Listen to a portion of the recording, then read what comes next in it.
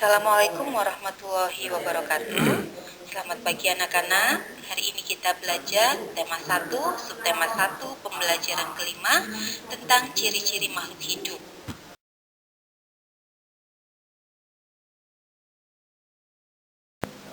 Sebelum memasuki materi, kita perhatikan dulu gambar yang ada di layar.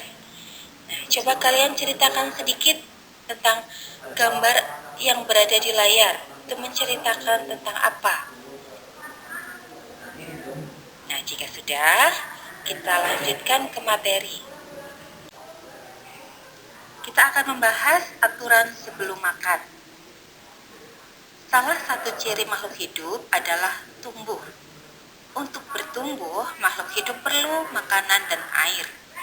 Makanan yang baik untuk pertumbuhan adalah makanan yang bersih dan sehat. Kebersihan makanan juga akan mempengaruhi pertumbuhan. Jika makanan yang kita makan tidak bersih, kesehatan dan pertumbuhan kita akan terpengaruh. Salah satu cara menjaga makanan agar tetap bersih adalah dengan menutup makanan. Hal ini perlu dilakukan agar makanan tidak dihinggapi lalat atau hewan lainnya. Makanan dapat menjadi tempat lalat bertelur yang menyebabkan makanan menjadi kotor. Selain menjaga kebersihan, kita juga harus berdoa sebelum makan. Berdoa untuk berterima kasih atas karunia yang telah diberikannya. Makan sesuai kebutuhan, menjaga kebersihan makanan, serta berdoa sebelum makan dan sesudah makan merupakan contoh sikap bersyukur. Sikap bersyukur merupakan pengamalan sila pertama Pancasila, yaitu ketuhanan yang Maha Esa.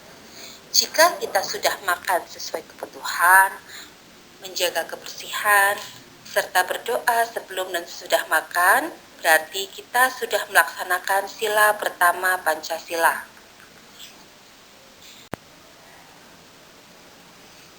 Berdoa juga menunjukkan sikap berterima kasih kepada Tuhan. Selalu berdoa sebelum dan sesudah melakukan kegiatan juga merupakan contoh pengamalan sila pertama. Nah, sekarang Bu Guru akan berikan kalian tugas, yaitu tuliskan kebiasaan yang kamu lakukan sebelum makan. Lalu ceritakan di depan teman-temanmu. Jika sudah, mari kita mengamati gambar yang ada di layar. Ada gambar apa saja? Ya, di sana ada gambar sapi.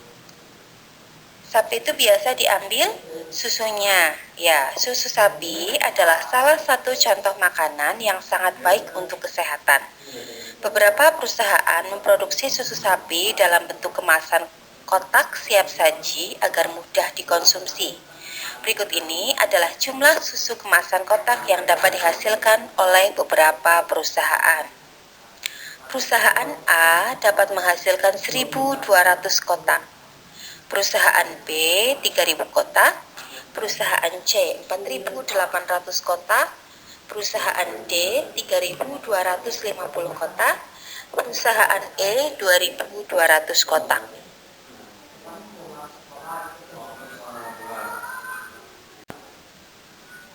Nah, sekarang kalian kerjakan pertanyaan atau jawab pertanyaan yang ada di bawah ini.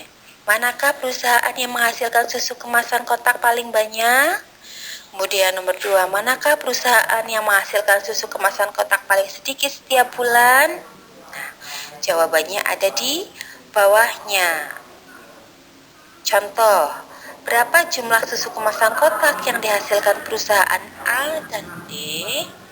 Permasalahan tersebut diselesaikan dengan penjumlahan. Penjumlahan dapat dilakukan dengan cara susun ke bawah. Letakkan bilangan sejajar sesuai nilai tempatnya, lalu jumlahkan sesuai kelompok. Cara menyelesaikan.